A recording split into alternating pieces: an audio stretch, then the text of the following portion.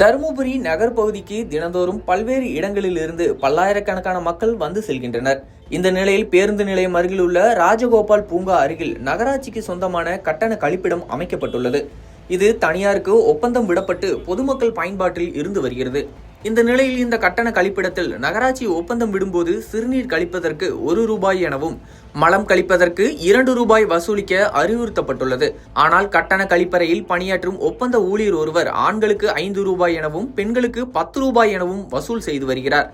ஏன் கட்டணம் அதிகமாக வாங்குகிறீர்கள் என பெண்கள் கேள்வி எழுப்பினால், பெண்கள் அதிகப்படியான தண்ணீரை பயன்படுத்துவதாகவும் இதற்கு ₹10 விட கூடுதலாகவே வசூல் செய்ய வேண்டும் எனவும் ஊழியர் கூறுவதாக புகார் தெரிவிக்கப்படுகிறது.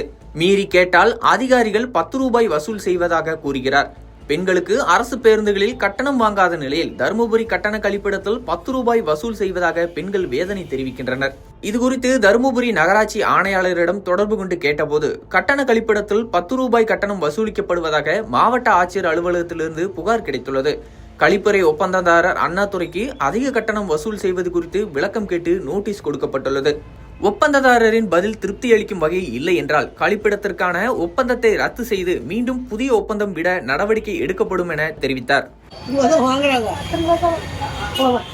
எவ்வளவு கொடுத்தீங்க? ₹10. ஏன் ₹10 வாங்குறீங்க? எவ்வளவு கட்டணம்? கட்டணம் எவ்வளவு? ஏன் அது எந்த ஆபீஸ்ல? அத எந்த ஆபீஸ்லன்னு சொல்லுங்க.